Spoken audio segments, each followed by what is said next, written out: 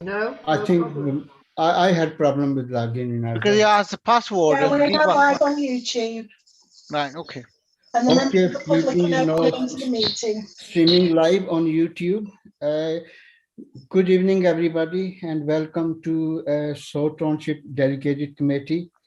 This is going to be our last meeting this municipal year. And before we start the meeting, can we go through the apologies? Chair, we have apologies from Councillor Meredith. Yeah, he's given his apologies. Any other apologies? I haven't got any at the moment, Chair. Right. Okay. People may be having some problem logging in, so we'll see. Let's move on then. Item 3, declaration of interest. Members are required to declare any disclosable pecuniary, personal or prejudicial interest they may have in the nature of business we are going to be discussing an agenda item tonight. And also if these interests anyhow relate to Section 106 of Local Government Finance Act 1992. So if that is the case, you need to declare your interests. So anybody wishes to declare their interest? No?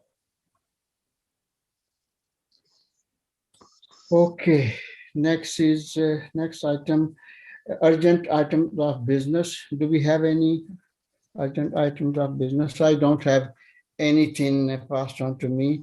So don't you I have no other items of business, right no then? urgent items. Okay.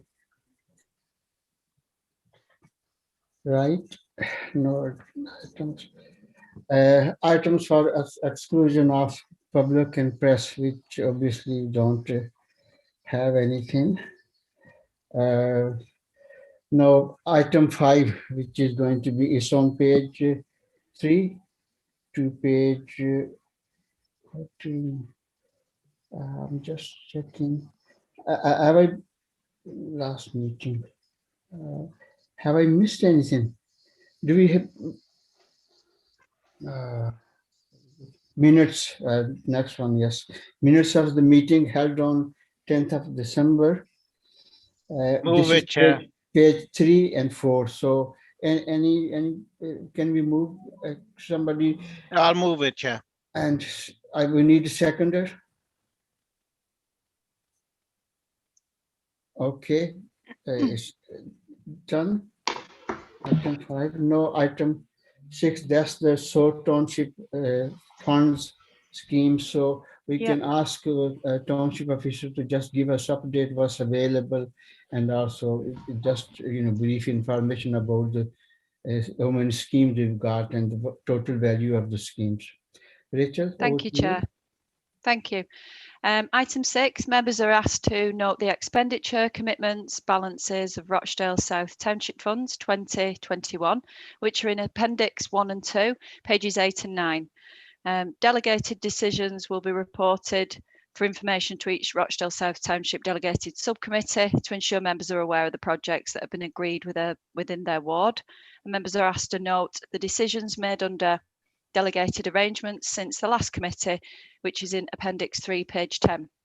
Projects been identified for funding from Rochdale South Township Funds 20 to 21, and members are asked to decide whether to approve, reject or defer the allocation of revenue and capital funds to these proposed projects listed Appendix 4, page 14. To reduce the potential for obviously carry forward of funds during 2021, members are asked to agree to give delegated authority to make decisions on any deferred projects to Townships and Communities Manager, which is in consultation with the Chair, Vice and Opposition. So moving forward, the funds available for this evening, we have 0 in the capital funds balance, and in the project funds, we have £42,170. And Chair, we have 8 applications tonight for consideration by members. And for those 8 applications, we do have applicants and some officers in attendance at the committee, should members have any questions. So it would just be moving on to application number 1, which would be RP 1220, which is tackling mines. This is an application for £2,874.46, and that's on page 17 for reference, members, if you want to scroll to page 17. And we have David Lyons in attendance. Okay. And which this is borough-wide application?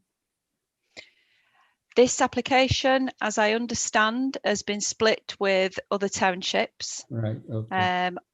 And we have 2 actual applicants, as I'm aware, in attendance tonight as well, if any members want to put any questions forward. Chair, Yes. could you ask Alison to contact Councillor Asim Rashid? He's having difficulty in log on. Chair, I'll do that now offline. Okay. Okay. Thank you. Right.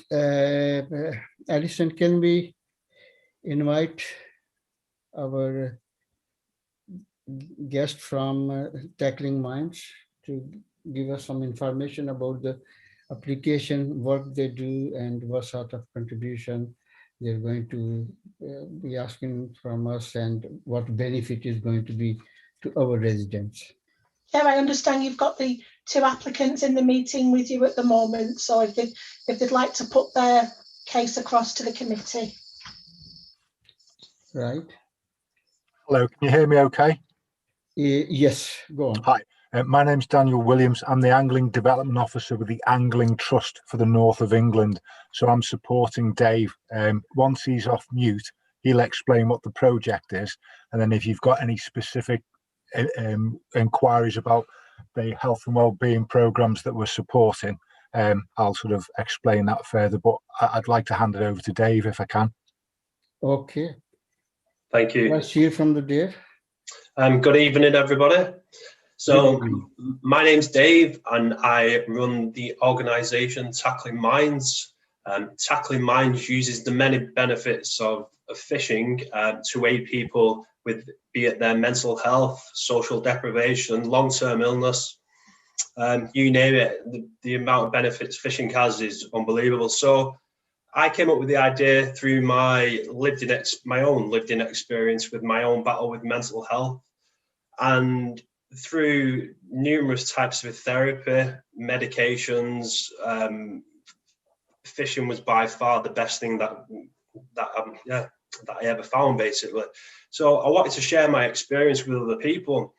So I started Tackling Minds as a Facebook page, and things really hit the ground running. It was great to get support of the likes of Angling Trust from Danny. And yeah, there was like inundated with requests from people in the area wanting to join, how we can join, how we get involved, where we can get involved. So yeah, we've run a number of successful pilot projects with local organisations. For instance, we're working with Mind next week, the mental health charity, as you know. And yeah, we deliver the Angling Trust Get Fishing Awards, which basically is introducing people to the sport. If it's newcomers, if it's somebody that's once lost the love for the sport, who wants to rekindle that flame and to reintroduce those back into the sport, and just get people engaged with one another, getting people engaged with the green outdoor spaces. And we've just, as I say, we've just been inundated with people, and yeah, things have been really successful to date. So we'd like to expand and make fishing more accessible to other people. Right. Okay, we'll ask members to ask any questions they may have. Dave, can I check it with you? How long this organization's been going on?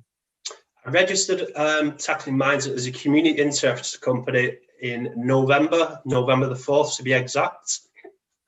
So it's in the very early stages, but as I say, it's obviously there's so much demand for it. I'm surprised there's not many people doing something very similar already.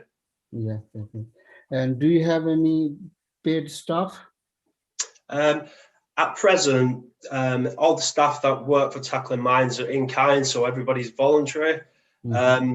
So we have numerous amounts of volunteers, level 2, level 1, level 2 angling coaches that are kindly giving up their time. But now we're progressing and there's more people wanting to use the service. We're now having to put people forward to further their education onto level 1, level 2 qualifications to expand, as I say. That's great. And roughly how many volunteers do you have at the moment? The volunteers is ridiculous. It's endless at the minute. So we've got a spreadsheet that we've started at the beginning. We've got like over 50 volunteers at present.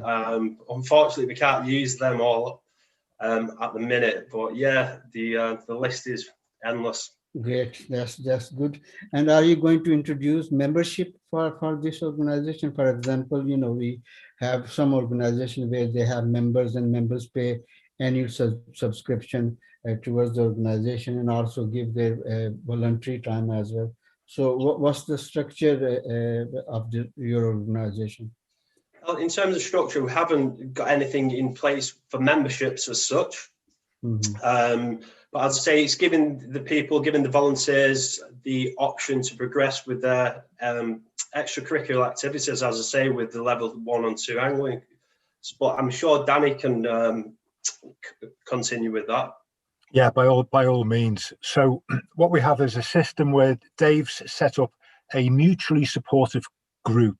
So the level 2 coaches that he's accessing at the moment, these guys are all licensed, so they've got their DBS, they've got their safeguarding and their emergency first aid, as well as obviously their qualifications in the various disciplines within the sport that they're delivering. These guys are all working voluntarily, but with a little bit of support for their own sort of effort to travel to the venues, etc., and support with equipment. So they get subsistence and travel allowance. Now, the concept is to bring people through this model. So as they gain confidence, they get out, they do a little bit of fishing and stuff. Some will move on to clubs locally. Some will just practice with either as individuals or with their families, supporting their own mental health and their physical well-being. Whereas others, we hope, will come back and volunteer through Tackling in Minds to support the programme further. And this is where the volunteers come in. Dave's got an excellent list of volunteers. However, we have to bring these guys in a sensible and controlled manner, and also make sure that what we're offering to them is fit for purpose, and they're able to offer their support back in kind. In that way, I've been able to help a little bit with a couple of angling bursaries, just to bring people through the process. But obviously, we're now expanding quite quickly into the local community, and I think that from the end of this month, as the travel and time restrictions are lifted to current outside activities, I don't know if you guys know, but angling is still allowed during lockdown because it's considered a way for people to exercise. We have a lot of people that fall through the cracks, people who don't identify, for example, as disabled, but they might be a young person who's just has recent surgery. They might have had a fall, damaged their knee. They might have a hip replacement. They might be an older member of society who has trouble, sort of like physically moving about. And what we find is that not everybody can sort of jump on a bike and go for a ride or go for a wander around the block for their exercise, but most people can access a small and safe body of water which they can fish from, so that they get a little bit of sun, a little bit of vitamin D, they get the fresh air, they get the peace and the quiet, they're able to relax, unwind, and sort of just converse with nature for a few hours and get their motivation back and their sense of purpose. Now, obviously, angling has a technical element, so you have to know how to fish and know where to go, and that's where Dave's program comes in. So educating these people through the process. At the moment, Dave's reaching out to people who are really in need. So those are people that would normally be accessed probably through a GP referral service or through one of the social prescribing services that are available at the moment. However, we're building an infrastructure for that. So at this point in time, it's just sort of keeping Dave's group buoyant, flexible, and able to achieve their sort of quite quickly growing targets. Thank you. That's great. We can clearly see, the health and well-being benefits in there. And I think you have definitely. I just want you to confirm that you have sites you're going to be visiting those sites. You have those in mind, and also bearing in mind the health and safety aspect. You probably be giving training as well to your people who are going to be working with yourselves. Yep. Yep. Okay, I've got some councillors who would like to ask you some questions. I've got Councillor Shakil Ahmed. Thank you, Chair. This angling scheme, do you run just in Rochdale or whole of borough? The Rochdale borough, so we have a number of venues within the Rochdale borough. So Littleborough, we've got all the stretch of canal all the way up from Hebden Bridge. I know it's not Rochdale, but the whole stretch of canal all the way into Manchester there. We've got, again, with the spreadsheet, the list is endless of local venues. And the thing is, being able to change venues as well within the local area just to keep people interested as well. So we apply other township for the funding or just Rochdale South? No, it's throughout the borough, throughout the townships. So it's been split, or this funding you applied to other townships? Could you repeat that, sorry? I say, have you applied to other township and have you received, have you been granted any? This is my first presentation this evening. Right, okay. So it's come to us first, and then hopefully, Dave, if you don't get support from other townships, what's going to happen? Say, for example, if our committee decides to, we'll have to see. But if we don't get support from all 5 townships, what's your proposal? How you're going to be proceeding? We'd have to scale back on the numbers that would be able to use the service, and also cut back in terms of different methods of fishing that we would be able to make available. So, for instance, targeting different species of fish requires different fishing tackle. So if we didn't obviously get the funding, we'd have to scale back, and we'd have to cut back on numbers for sure. Okay. Councillor Pat Sullivan. Thank you, Chairman. Yes, it sounds laudable. A couple of little concerns I have. I always do have about new things starting. It seems a little vague, the organisation of it, and you're going to have different people on different stretches of water, aren't you? And these people, hang on, these people are trying to get in there. These people have suffered from either disabilities or mental illness. Now, your references, you say, are coming from the GP, or yeah. So some of the volunteers need to be trained or know what they're doing dealing with people with these kind of disabilities. I do have concerns about that. I'll let Dan answer that if that's okay, Daniel. Yeah, by all means. So the level 2 coach that oversees a program, they're licensed with us, so they do their qualification with First for Sport and Sport England, we're the awarding body. We then license and register these coaches for further events and their own delivery. They are checked annually. Each one is DBS. Each one has got their safeguarding qualification. Each one of them has a up-to-date first aid and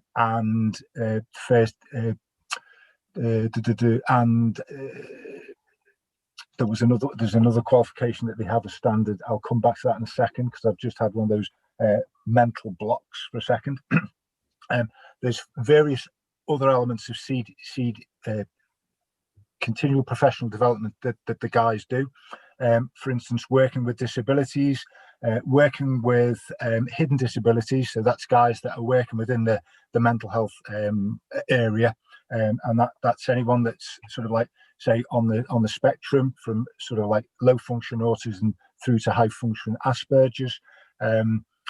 We've got quite a few guys that have worked solely within PTSD inflictions and sort of low-level mental health problems. So these are mental health issues that have not been treated with a sort of a visit to an establishment like a hospital or support services, etc. Okay, it's okay. You don't have to go through every single one. I've got okay. They're trained in fishing, obviously. Our guys are heavily trained Also right got the way across. They've got safeguarding and they've got DBS. Okay, thank you. Okay, thanks. Councillor Smith, do you want to go ahead? You're mute, You're Angela. muted. You're muted. Sorry. Thank you, Chair. Yeah, I'm really impressed with the idea of the fresh air and the countryside.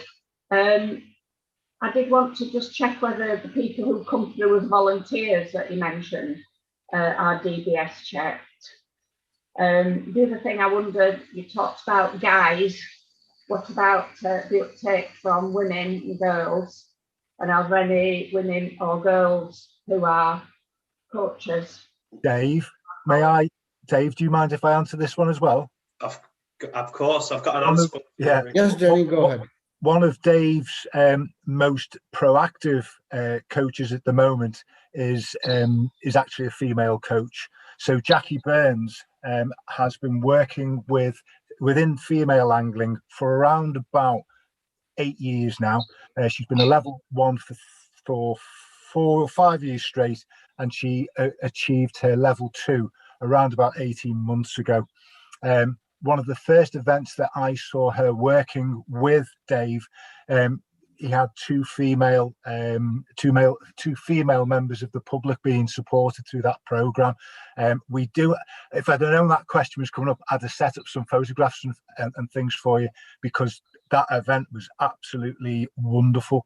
And the health service provider that we delivered this to came back to Dave and exclaimed that he was totally blown away, not just with how well it went and how obvious the benefits were, but the fact that we did reach the female participants as well. But it's like, I think what we find with the sport is there's a preconception that angling is male dominated. There are quite a lot of men that fish, but there's a much stronger option to have female participation too. And I know some of the family fishing events that I've been personally supporting for the last 6 years have been dominated by female participation, and we've seen that increase within EA license sales and also a club retention of female members.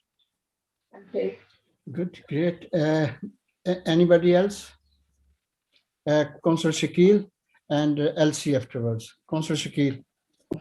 Yeah, I mean, I can't see any paperwork here. Have we got any evidence of your safety concerns? Some of my colleague raised, Pat Sullivan, about the safety of for the, especially those mental, you're saying patient you are helping with. Have we got any evidence for your safety for these volunteer you have trained? Well, go on, Dave, after you. Oh, it's fine, Danny. I know you're the better person to answer this in the position. What it is, I'm not quite 100% sure what the question was. I'll repeat again if you like. I'd like Yes, to know, have you got any evidence what you're saying is backed up by paperwork? Because we can't just take your word what you're saying. Yeah. Evidence of what evidence do you want? Evidence that we can support the mental health, or evidence that of the safety, the concern my Pat Sullivan raised about these patients and that volunteer are trained up to the standard? Okay, so at present, Dave has access to health professionals that support the programs. So these are guys from the various communities of the groups that he's working with at this present time. So that's social workers, group leaders, mental health professionals, education professionals within special services, and various members of NHS and council staff. The just so that we're quite sure of who we're targeting at present with the next sort of 6 months of Anglian Minds development within the Rochdale area. He's delivered to groups such as special needs schools, support groups, and mental health groups. He's not targeting people who are clinically poor or under current breakdown. He's supporting people who are in danger of this happening. Now, I've got a model that's been running for about 6 months down in the southeast of Bristol area. We are currently expanding that within the trust. However, that is for the clinical delivery. So that's going to be with 7 NHS trusts or service providers, and it's all through social prescribing. Now, Dave's program is to reach the people that fall through these gaps. So these are people who are pre-affliction, people who are currently feeling depressed, currently in danger of either sort of like becoming abused, falling into abuse, using substances in a misuseful fashion to counter the effects of their anxiety, feelings, etc. But also to re-promote outdoor activity. We are now in our 3rd lockdown. There are quite a large quite a large section of society that have both been physically and legislatively locked down for almost 5 months now. We've then got another section of society which is quite large, which have actually followed the government's guidance since May 2013, and virtually self-isolated. As you know, being outside is really good for you. It's sort of like access to the sun gives you vitamin D. It gives you that sense of well-being. Excuse me, Chairman. Thank you, Danny. Sorry, excuse you. me, Daniel. You're focusing on the people you're getting in. Yeah. You're not answering the question. No. I get it that you have got support. Will have certificates. They've got DBS. They've got safeguarding. So I think there is evidence in the paper. I think your application is quite good. There is some evidence. Just before I bring in Elsie, one of the other element is insurance, because you're going to be, asking people to come. So I hope that you will have insurance cover as well. Each level 2 coach that supports a program is insured to public liability of £10 million. I can, unfortunately, I'm not very good on social media and stuff, but I can get over the insurance policy. Yeah, probably township officer. They'll probably, if application go through, they will be in touch with you. Elsie. Thank you, Chair, and thanks for the presentation, the two of you. I agree with the other elected members and what you two were saying about the positive aspects of this in relation to well-being. It mentions in the papers that Tackling Minds needs to focus on generating maximum income from the sale of company merchandise, and you talk a bit about coming in the form of t-shirts, hoodies, baseball caps and mobile phone cases. I just wanted to understand a little bit about how much of that type of fundraising you've done before. Is it sustainable, and how much of the funding that our kind of township provides would be going towards? Is it partly to do with buying those merchandise to sell on? Is that part of it? Thanks. Yeah, so the initial cost was for the volunteer and participant t-shirts. Now, another side project in which I'm funding myself is to make things sustainable. I've designed a number of items, some clothing. It's gone to the stage where I've been accepted to sell these clothing within the largest distributor in the country, which is Angling Direct. So to make the project sustainable and obviously not rely on this type of funding, I've had to come up with ideas to make it worthwhile. This is, so for instance, this is one of the t-shirts. Okay. So, and through a lot of market research as well, and they seemed really popular. So looking forward to getting those out to the people that want them. Thank you, Dave. Elsie, are you okay with that? Yeah, okay. Anybody else? Any question?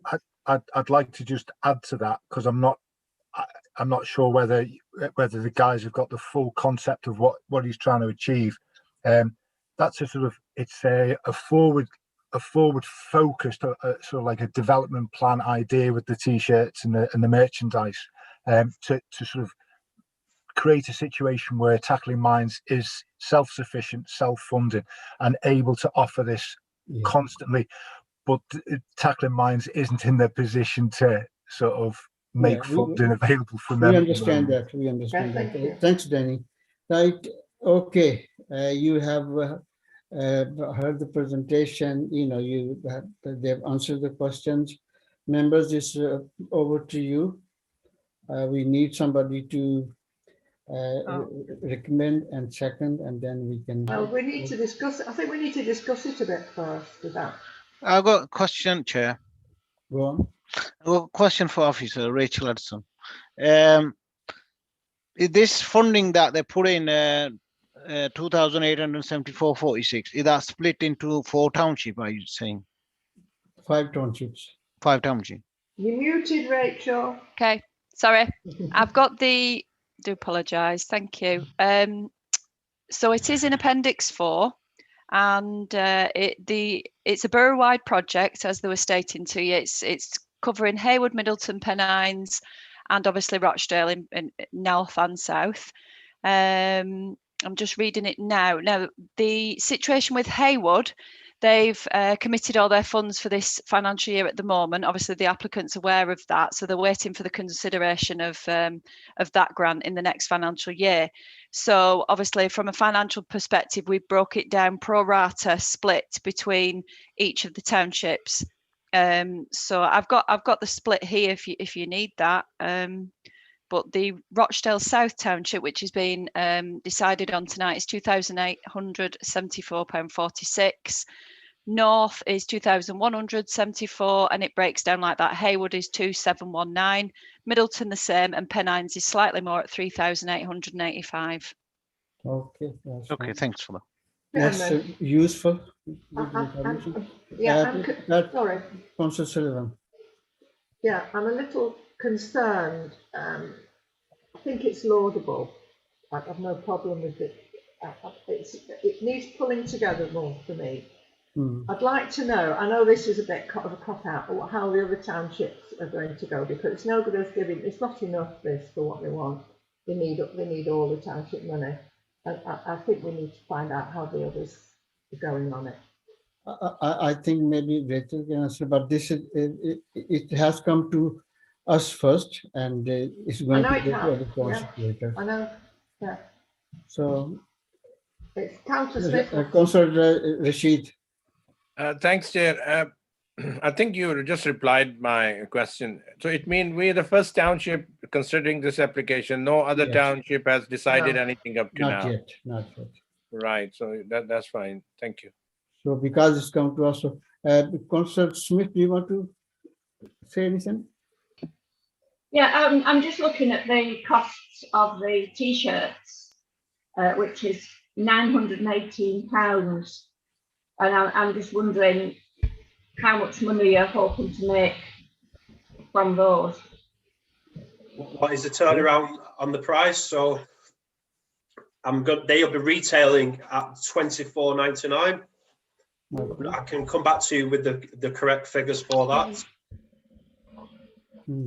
Hopefully you're going to make some money on that.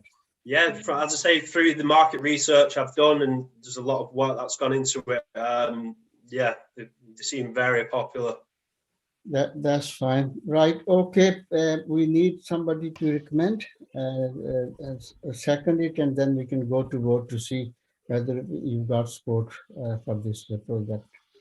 That's only, Chair, if somebody's agreeing with you. It's not if the projects there are some reservation on the project. So if I they need some sorry, Chair. Awesome. Go on. What I just clarification need do a you need? small clarification from applicant.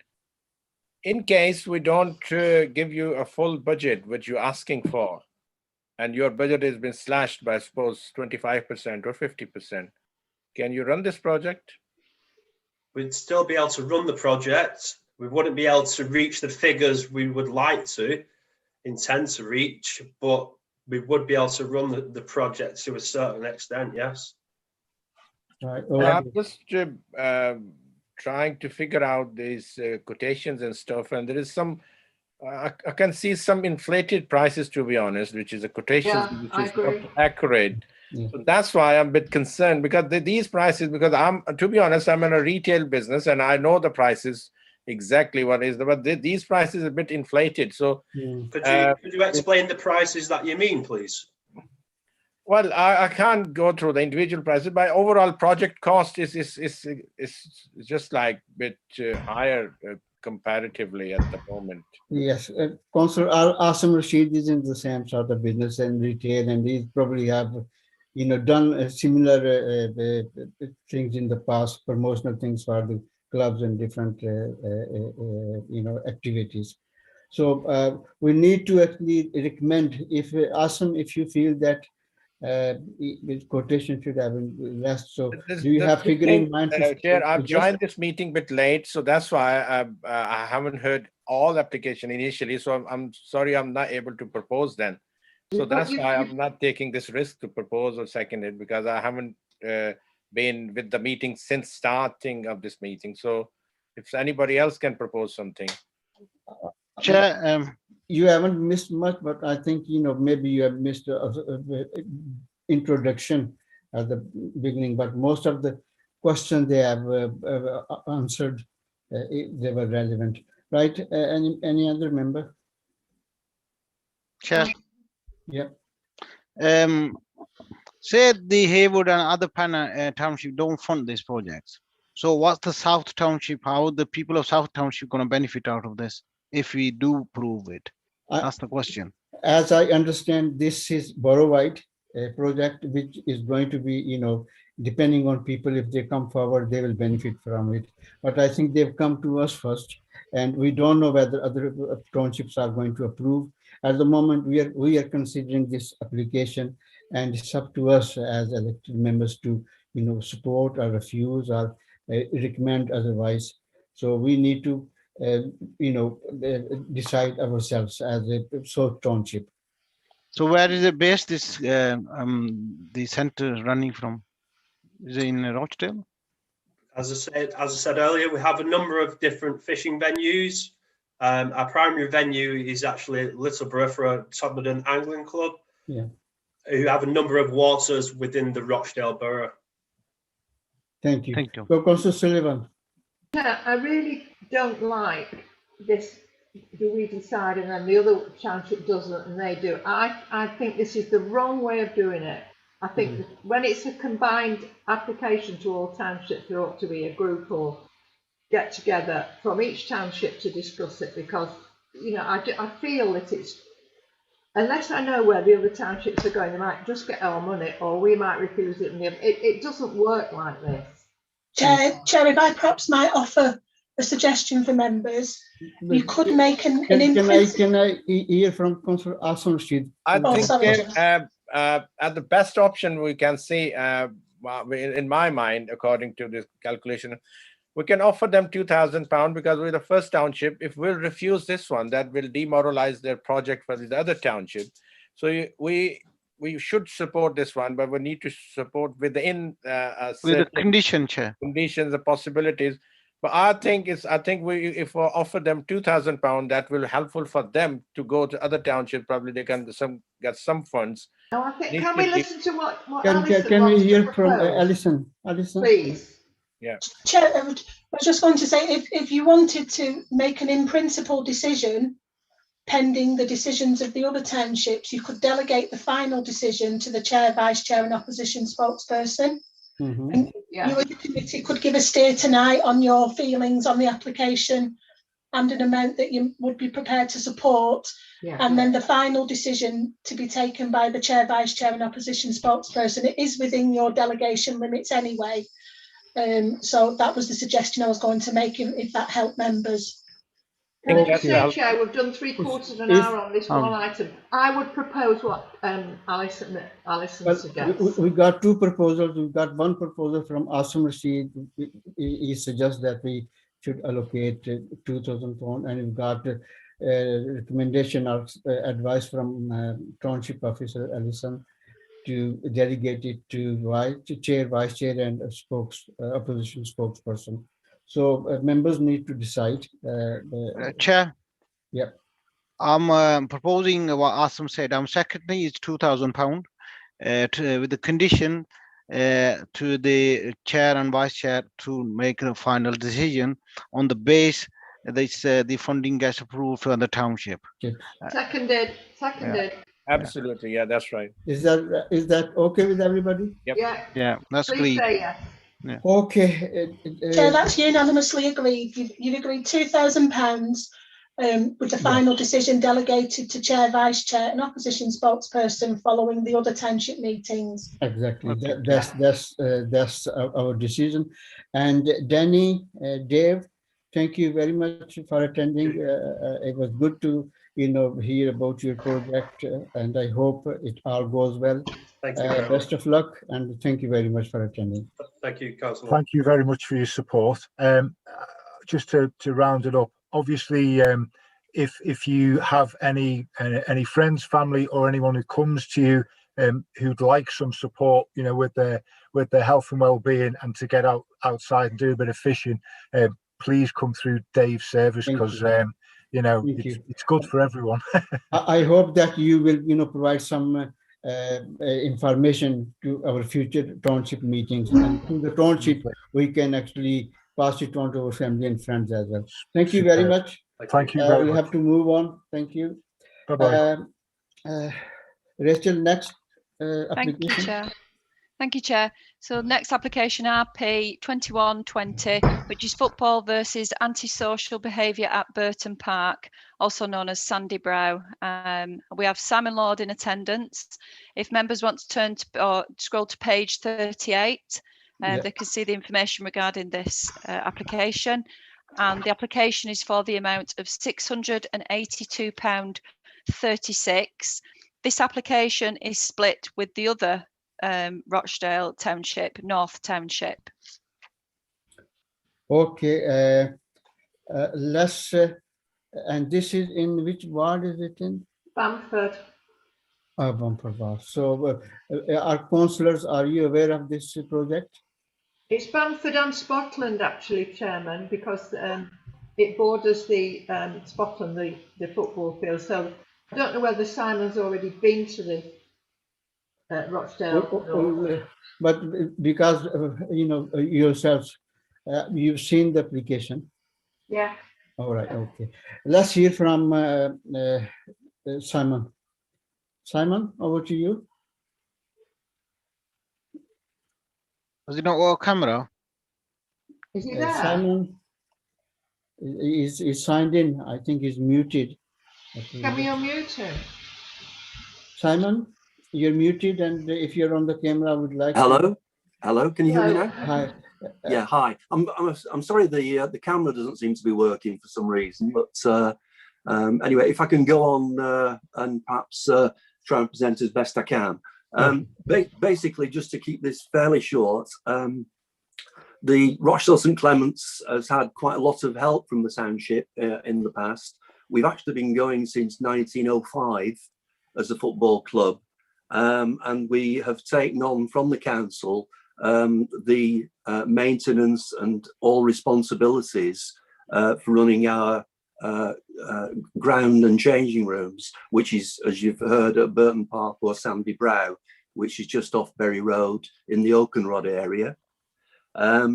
Basically, since we took the responsibility on, and when I say we, I'm talking about entirely run by volunteers, and the volunteers basically do everything from cutting the grass to marking the pitches out to you name it, we do it. And basically the idea is that we offer football to quite a wide range of young people across the borough.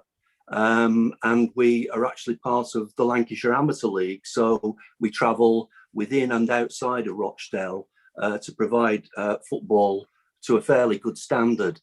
We're entirely voluntary run.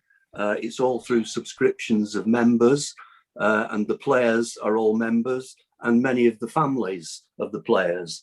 We have well over 120 players that are part of our club, and obviously all of those people have families. We have negotiated with the council a 99-year lease on the property and the pitches.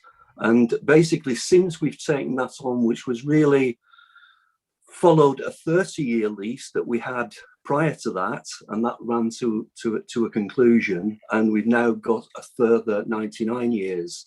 And since we've taken that on, we've had and been really impacted rather badly by unwanted visitors on the site, where there's a huge list, and I think you've seen in the application that there's a huge list of vandalism and people basically stealing from the place, and worse, perhaps one of the worst and persistent problems we have is persistent dog fouling, where we've had large numbers of people exercising the dogs on the pitches, which I'm sure members will be aware can be a real health and safety problem to young people if they're coming into contact with, as I say, dog fouling. We've had damage to the property. We've had a small tractor and strimmer stolen by people breaking in. We've actually produced now shutters and all sorts of security devices, but unfortunately, whatever we put up, there is a problem that things get broken down, like gates and fences and so on. So we're actually following the line that the council, when we took over this property, so we're going to basically propose here to extend the fencing that the council put up when they transferred the responsibility to us, and to elongate that and to put it in the areas where there is no fencing, i.e. the 7 points that hopefully members will see on a map that I've tried to show you, the points that we can see very clearly where these unwanted visitors come in. They come in on motorbikes sometimes, and on quad bikes, and don't just drive around the place. They have to go right across the pitch or pitches to make as big a mess as possible. Now, we've gone on with this for probably 3 or 4 years now, and we do feel that there's only one way to deal with this, and that is to close it off. Thank you, Simon. I think members are going to be asking you some questions. Can I just Sure. say, I do understand about the lease, and I think when lease was signed off, there was some responsibility given to the people that they will look after the place and be responsible. The amount 800 is it 682 pounds? The funding you're asking. What specific, how you're going to use this money? Is it going to be used on extending the fence? Entirely that, Chair. All right, okay. And you have provided a lot of information about players, families, and can I just ask one question about subscription? Yes. How much do you charge individuals? Well, yes. I mean, the charge that we have for a player is £20 a month. So it's basically £5 a week to play and train. So they would get a game for that, a kit provided, and they would also get training each week for that amount of money. So it's basically £5 a week. Yeah. Are there any cameras on the site? Sorry? Are there any CCTV cameras on site? Yes, there are. Okay. And that's another thing that we're trying to improve a couple of the cameras and resite them to basically hopefully pick up. We've had the police along as well, and they seem to approve of what we've proposed in this application. Yeah. Thank you. Simon, I'll stop you there. Can I ask if any member wishes to raise question? I've got Councillor Shakil first, and then Councillor Rashid. Councillor Shakil, go ahead. Thank you. I'm sure that this is the project we have funded in the past last year, but is it not based in the North Township? This so? In the Northwest Counties? No, I mean based in Scotland area. This in it, this club. I'm sorry, I'm not quite understanding what you're asking me. The area, which area? I think Simon has mentioned that it's borough-wide. You know, people. It's borough-wide. Sorry, yes, it's borough-wide, and we also cross Lancashire, and it's as I say, it's for the Lancashire Amateur League. But obviously, all our players are from the Rochdale borough. Mm. And Sandyborough is in Scotland Ward, isn't it? Yes. Okay. Right. That's what I mean. It should be funded really from Scotland Ward. No. Chair. Sorry. Just okay. Chair. Okay, can I ask him to go first before I? Thanks, Chair. Just a clarification, Simon. Yes. Your players' age limit starts from, is it the juniors as well, or just the seniors only? No, we have a relationship with Pennine Juniors, who are a affiliated junior club, who occasionally train on there, but they are run by, if you like, a junior part of the club. They are a separate club, but affiliated to us to provide those players, young players, to come through into open age clubs. Pennine Whites? Oh. Sorry? Is it a Pennine Whites you're talking about? Pennine Juniors. Pennine Juniors. Pennine Juniors, Okay. right. I think we funded last year. One of the other club was the Pennine Whites. There we funded. Yes, they do have different colours, I think, within that name. That's right. So it means we have some junior players as well. So that's fine. Thank you. That's fine. Oh, okay. Who else was going to ask question? I'll just. Councillor Sullivan. I just want to clarify that it's mostly in Bamford, which is Rochdale South, which I think Councillor Ahmed was finding out, but it does border on Scotland. And I understand, Simon, have you been to the Rochdale North meeting, to Township meeting? Not yet, Councillor Sullivan. That's basically programmed in, I believe, for this time next week. Right. Okay. Yeah. So Okay. you've asked for the costs are shared. You've asked for the same amount of money, have you? Right, Yeah. Councillor Shakil, final question from you, Councillor Shakil. There's no question, Chair. I just want to move it and recommend it for approval. Okay, it's recommended by Councillor Shakil. I'll second it. I think this is a good project, especially for the health and safety issue for players, especially junior players. We need to give them these equipments and fence. So I'll fully support this one. I'll Thank second. you, Asim. So it's recommended by Councillor Shakil, seconded by Councillor Asim Rashid. Though, are we all in favour to support this application? Yeah. Yeah. Can I just say, Chairman, we have girls playing. They have girls playing as well. Females play. Okay. Yes. Yeah. Move on, Chair, please. I can't hear, but there are some disruptions. Okay, I'm having some problem with my internet. Will carry on. We can't hear you, Chair. It's fine, we can hear. Can you hear me now? Yeah. Yes. We Okay, can I hear think you, but there's it's some- a problem with VPN at present. I don't know. My VPN is not It's, working. I think same here. Let's move on to Okay. next application. Thank you, Simon. You've done it. Thank you very much. Okay, Simon, thank you. Thanks. Appreciate that. Okay, Rachel, next Thank you, Chair. application. Thank you. RP 1120, members, this is on page 45. This is the chicane barrier and replacement fence at Lock 24, which is off Crawford Street in the Kingsway ward for 2,178. And we have Officer Nathan McKendry in attendance. Can I just correct you, Rachel? It's not lock 24, it's lock 49. Sorry, Lock Yeah, 49, my fault. Okay, the ward councillors are aware of this scheme? Yeah, I propose this scheme. I put it in Okay, this thank request you. to Nathan, if you can provide us some information about the project, please. You're muted. Okay. Yeah, sorry, Chair. This proposal's been put forward by Tracy Hibbert from the Environmental Management Team. Okay. It's not something I'm aware of, I'm afraid. I can explain if you need to. Right, who's going to just give us information that this money is going to be used for? It's safety for the fencing up for it's like a kissing fence we're putting up on a Crawford Street and Canal, because it's used by children, so the risk concerns children falling into canal.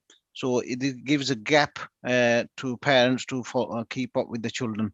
That's what it's for safety. That's what the fencing is for, basically. And when we are saying this Lock 49, is that the building on Oldham Road?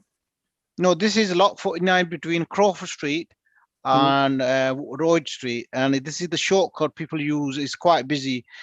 People use to the mosque and etc. And the shortcut going to Newbold. So they usually parents with children. There's no fencing for the canal. So when they're running up from Crawford Street towards canal, if there's nothing to stop them, chances are they are going to fall in the canal. Okay, that's fine. Councillor Sullivan.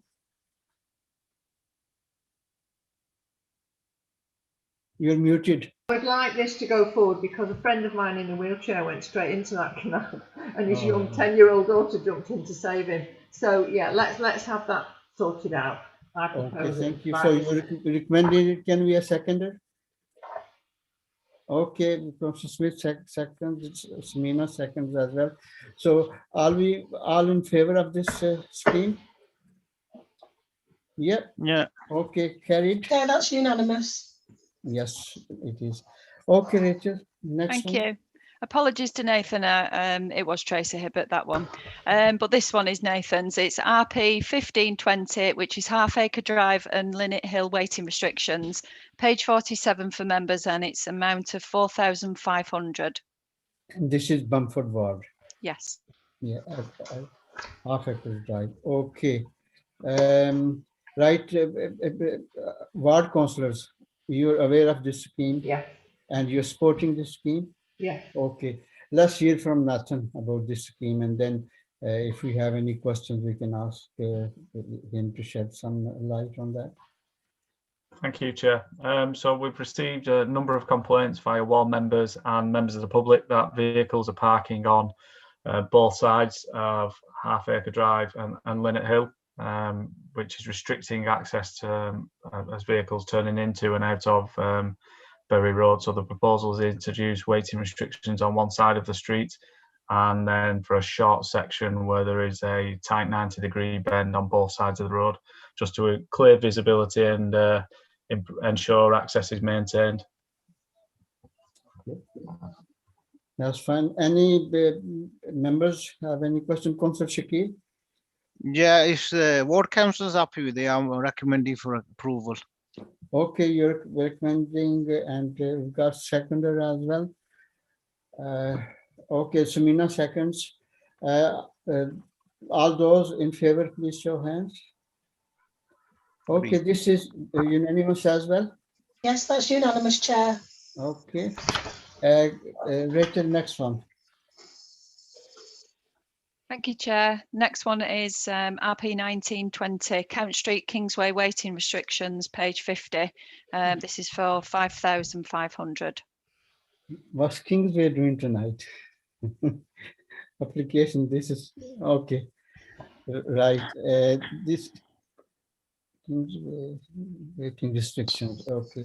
Have we considered this before? Yeah, we've come before this one, hasn't Yeah, I it? think, yeah, I was just thinking, yeah. No, I Right, think it is new, Chair. is it? I think that was Oh. the Reservoir Street was refused. All right, okay. Yes, it were Reservoir Street, just to confirm.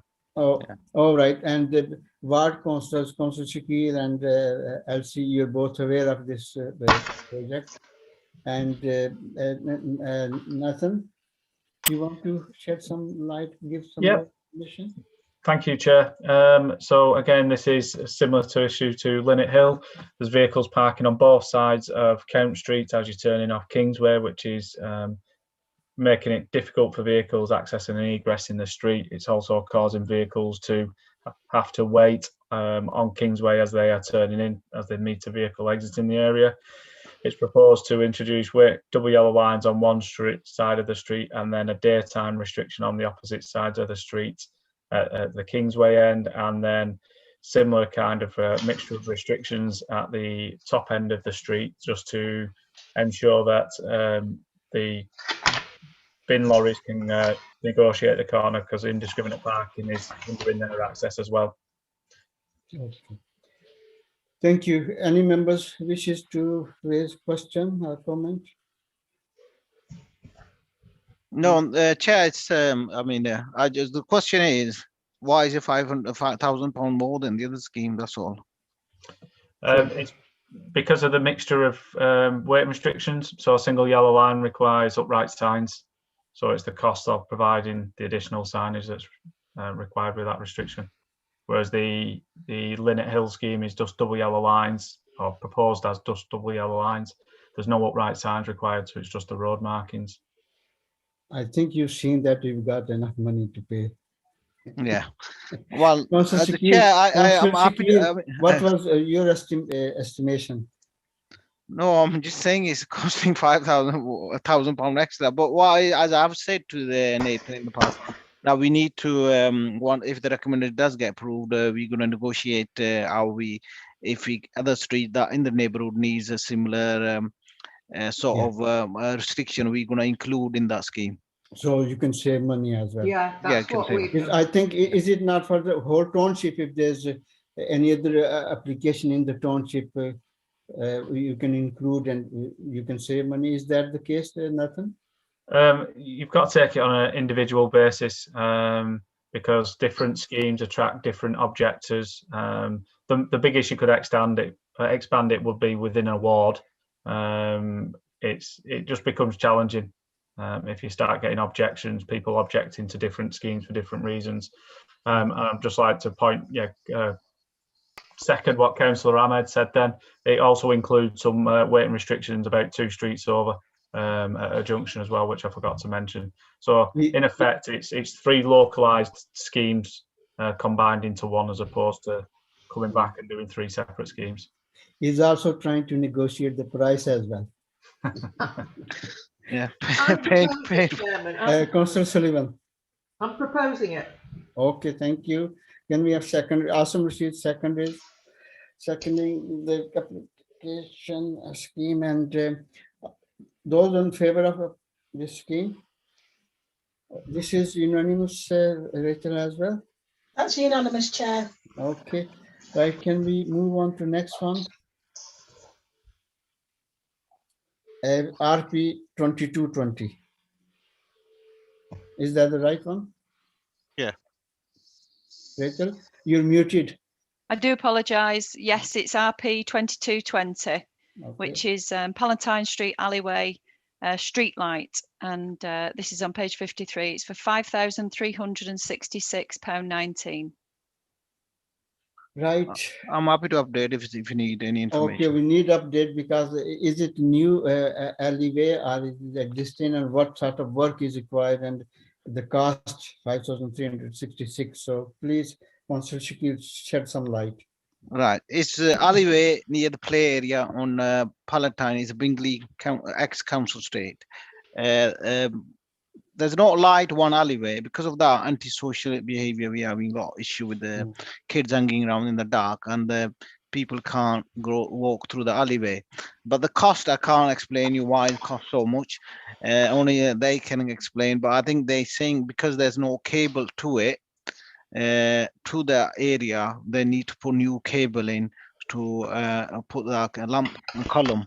So that's the way I think that is. I mean, I know in the street normally doesn't cost that much for replacing now the it's column. around 2,000 plus. Yeah, but because of there's no direct cable to it, so then basically they need to put new cable in, which costs probably be digging, etc. So I think that's what it is. But it's urgently needed because of the play area, young kids around that area. I think in that area you've done a lot of work, you know, for the local residents. So it's quite to see a good improvement in that area. Right? Can we have somebody to recommend the scheme, and Councillor Semina, they recommends? Can we have a seconder? No, second. Okay. And all those in favor of this scheme? Unless anybody wants to ask any question. Councillor Sullivan, Councillor Smith. No, that was just to approve the scheme. Okay. Okay, I think it's Rachel, again, it's a unanimous decision. Yeah, thank you, Chair. Okay. Right, next one is RP 2420.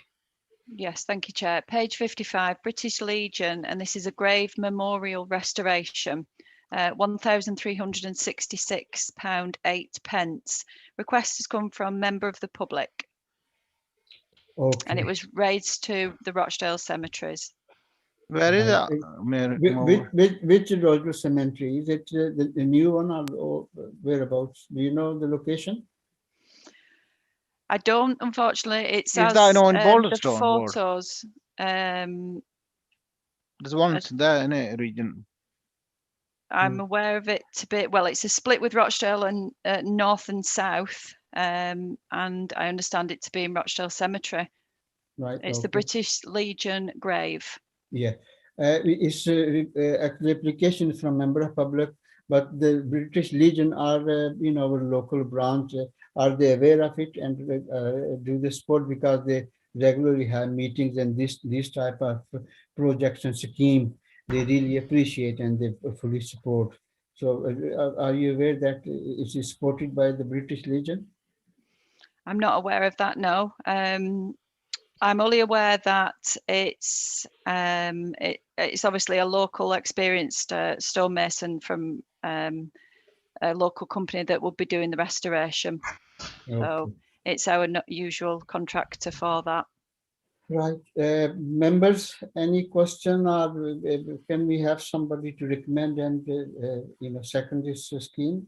I'm happy to recommend approval if there's no concerns. Okay, so we got the recommendation and seconded by Councillor Semina Zaid. All those in favor, please show hands. Okay, yeah. That's Rachel, that's carried and unanimously agreed by the members. Thank you. Okay, next move on to bigger scheme. Okay, it's RP 2520, Berry Road, Sandyland Junction investigation. Thank you, Chair. Right. It's the final First application. of all, members, you're fully aware of this scheme, and I think you've been waiting for this for some time, isn't it? 10 years, Chair. 10 years. Nathan, are you able to give us some update and the work you've done so far and what's in the pipeline? Yep, thank you, Chair.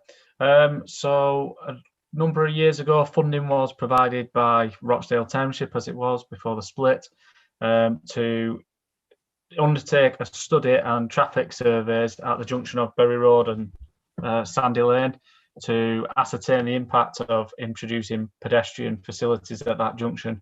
Currently, given the age of the junction, there is no push button facilities or anything like that at the junction. And for many years, ward councillors and highways have received complaints and requests for pedestrian facilities to be included at that junction. The modelling of the proposed layout has been undertaken and traffic surveys have been undertaken, and we believe there are two potential layouts and improvements that could be introduced at the junction which would introduce pedestrian facilities and possibly also alleviate some of the congestion at the junction. This £15,000 is to progress that from a paper study report into developing detailed proposals, drawings, undertake the necessary surveys on sites, topographical surveys, and really ultimately provide a detailed proposal and detailed costs of implementing a scheme. The thinking behind it is if we have got that scheme drawn up in detail and ready to be built on site, so to speak, it gives us the ability to apply for external funding or capital funding to implement that scheme. Okay, members, any question? Councillor Shakir and then Councillor Sullivan. Thank you, Chair. Well, basically, you just for this £15,000 you want is do a report of an investigation, the solution. But couldn't this scheme be funded by Greater Manchester Combined Authority? Is there a scheme in it to implement that traffic lights? So the first bit, the first £5,000 that we spent was for modelling and working up a general proposal. This is to do detailed design on a junction improvement and provide detailed costings for doing it. It's although the traffic signals are the responsibility of Transport for Greater Manchester to operate and maintain, as Highway Authority, it's for us to find funding and introduce improvements at junctions. So we would have to pay for that. Currently, there's no funding at GMCA level that we can apply for because it doesn't meet the criteria for walking and cycling and the few other pots of money that are there available. But in allocating this funding and allowing us to come up with detailed designs and costings, it puts in a strong position to bid for any future pots of money released either by central government or Greater Manchester or the council's capitals funds as well. Thank you. Just coming back, Chair. I just want to come back on that. It's just a comment, like, Chair. Okay. It's just, I know there's an issue, Sunday Lane, is traffic-wise, especially peak times. If you're going back to Bamford area, what solution are you going to find? Because problem is there's no turn left line, I think, and there's only line you can go straight or right, and this it builds up traffic, causing a queue up to sometimes towards near the up to the Tesco traffic lights. What solution are you looking at to solve that? Yeah, it's difficult to explain without showing you a plan, but we've got two proposals, and it involves removing one proposal involves removing the grass verges on Roch Valley Way. And this this funding will allow us to survey the underground utilities to check that that's possible. And by doing that, we can get a central island in to allow pedestrians to cross. And it's a difficult one to try and explain on a Zoom meeting, but in effect, we could get, instead of all the traffic predominantly queuing in the left-hand lane on Roch Valley Way, it's roughly a 40 split for that traffic going left and straight on. We then can move that straight on traffic into the right turn lane, which is only used by one vehicle, two vehicles every cycle. So all of a sudden you split, you get an even split in them two lanes on Roch Valley Way, then you can use that time and reallocate it to other approaches at the junction. So it's a bit of juggling really, and I'm happy to have a discussion offline with you if you want and share the report and the proposals. Okay, thank you. Councillor Sullivan. Yeah, just a bit of background on this. One thing, what Nathan's proposing is that you've got to have something shovel ready to get these grants, these large, and it'll need about £250,000, which we haven't got, but there are grants available. I don't understand why it's not good for cycling and pedestrians for Greater Manchester. It's perfect for that criteria, I should have thought. We have Pegasus Court. Those residents cannot cross that road to get to the shops. They have to get a taxi because it's so dangerous. There's no way you can cross the lights without traffic either coming around the corner, coming towards you, or coming behind you. It's gone on for years. There's a school, there's Alder Hill School, that the children can't cross safely. it's got something has to be done there, and we've gone on for years and years and years. We paid, the councillors paid out of the councillors' allowances for the first 5,000. We can't afford to pay the 15, and I do hope you allow this to go ahead, because everybody's getting terribly excited that at last something's going to be done about this very dangerous crossing. We have to allow people to cross these junctions, otherwise it's not all about cars.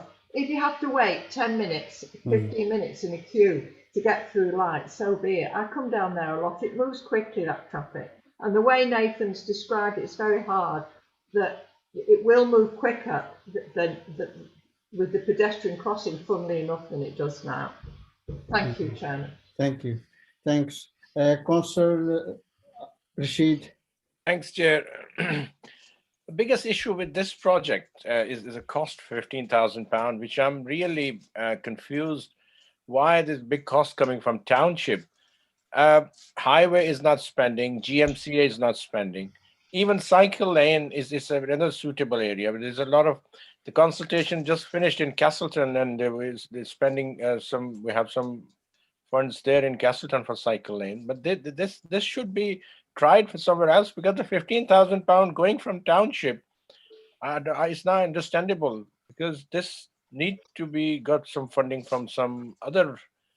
There's nowhere. Because the Township is just for the small projects. The £15,000 on just one project from Township, really is not understandable for me. Yeah,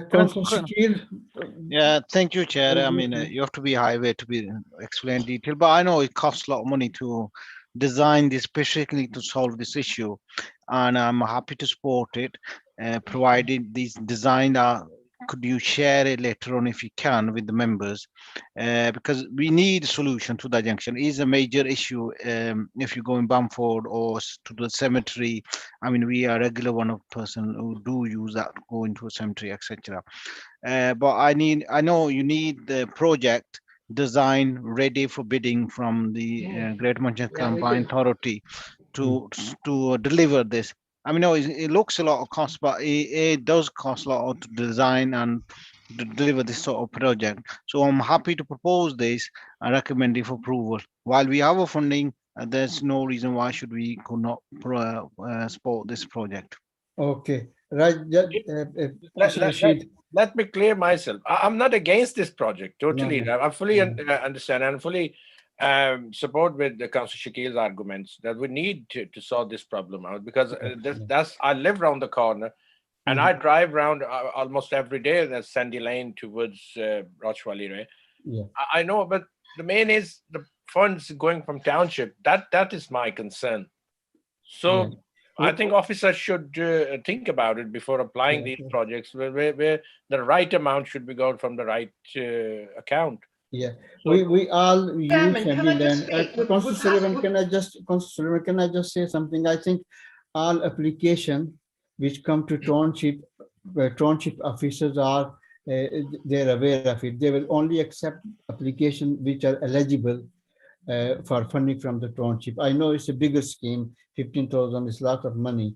And I think I know some background history. Even I said, right, the Castleton, there's a lot of objections, and I'm not in support for the cycle lane in Castleton, to be honest. Yeah, we need a cycle lane there. We don't want that. Sorry, it's Councillor Sullivan. We don't want that. We don't want. Can somebody second my proposal? Let's move forward. We've got Councillor Shakil who's recommending. Councillor Samina Zahir is seconding. All those in favor, please show hands. Okay, we've got Asim. Are you? I'm abstaining. I'm abstaining. Yeah, I'm abstaining. Yeah. It's carried, Chair. Okay, it's carried. Rachel. Thank you, Shakil. Thank you, Samina. Okay, thank you. That's this was the last application on our. Before we finish, Chair, do we know what's the balance left? We've got one more item on the agenda. Let's move on to next item, item 7, which is Rochdale e-scooter trial, approval for experimental traffic regulation order. So Nathan McKendry is going to actually give us some update on this trial scheme, our project. Nathan, over to you. Thank you, Chair. So last month, Cabinet approved funding and the principle of holding an e-scooter trial in conjunction with the Department for Transport. So currently e-scooters are illegal for use on UK roads, and there's a number of authorities working with the Department of Transport to hold an experiment to understand how they would integrate with existing traffic on the road network. The scheme has already got funding, so no funding will be coming from the Township Committee. What this is for is, due to the Council's constitution, we need to seek Township's approval to raise the necessary traffic regulation order to allow the e-scooter to use existing cycle lanes, and the outcome of the scheme will be that the e-scooter will be given the same access and be able to be used in the same locations as a cyclist, so they'll be able to ride with general traffic on the road as per a cyclist can, but then also cycle lanes such as the bus lane going up John Street, which is bus and cycle, an e-scooter will be allowed in there. This is purely to seek the committee's approval so that we can introduce the necessary traffic regulation orders as part of the experiment. It's going to go to all the North Township as well, because it covers, that. And can I just ask you, if it's approved, when it's going to start and when it's going to end? Is there any a period? So it's proposed that the e-scooter trial will operate by the end of this month, and the period of the trial is for 12 months. Okay. Any Councillor Sullivan? We've got 3 people to. I think everybody's gone mad to have this trial. We've tried. I just can't believe they're doing it. They're so dangerous. They get hired. The wrong people will hire them. They'll disappear. They won't come back. I just think it's going to be a nightmare. They're very dangerous. Don't approve at all. Sorry. Councillor Shakir. Yeah, I mean, there are a number of concern about these scooters. I mean, there's nothing wrong with trying something, but I think we need to work on every safety measures that can be placed in to make it safe. Maybe, Councillor Chair, you're probably aware there was a yesterday accident on your street, Wellet Lane. Somebody got run over these motor scooters. It was a bad accident yesterday because of that. So, I mean, I'm not principally against with the trial, but we need safety measures that it's safe to try this out before anything can go ahead. Councillor Zaid. I think just Councillor Shakil just mentioned it, that there was an accident and an elderly person was hit, and it's quite serious. And we know that there are a number of illegal e-scooters already running around in the town. So I think doing a trial would give us a good idea whether it would be safe for our town or not. So we need to make sure that the trial runs safely, and we don't have an incident like we had it recently in Rochdale town. Thank you, Sunila. Councillor Smith. Thank you, Chair. It says in the report that people who use e-scooters currently have a requirement that they're licensed and hold insurance. I don't fully understand, will that still be applicable during the trial? Yep, Nathan. Yep, so just to pick up on those safety points, it's not to allow anybody and everybody to use an e-scooter. A private e-scooter will still be illegal for use on the highway. This will be operated by a company that's currently being procured by our colleagues in the planning department in conjunction with Greater Manchester Police. There's already one scheme operation in Salford and around the university. To be able to access the scooters, you need to sign up to an application of some sort, where you have to provide driving license, the scooter company itself, they're insured. The vehicles will have illuminated lights on them for use in the evening. We are able to geo-fence the use of the scooters, so the scooters can only be used within designated areas and parts within designated areas. So, for example, the TRO will not amend the pedestrianised section of Yorkshire Street. So when the scheme's up and running, in theory, the scooter should turn off if they try and ride up Yorkshire Street, the pedestrianised bit. So there are a lot of checks and balances in place. And ultimately, nobody really knows the safety implications of using them, which is why the Department for Transport are wanting to run these trials.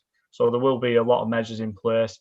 The private e-scooters will still be illegal to use on the public highway. It's just purely the chosen operator scooters within Rochdale, and to use them, you have to sign up, prove that you've got a driving licence, etc.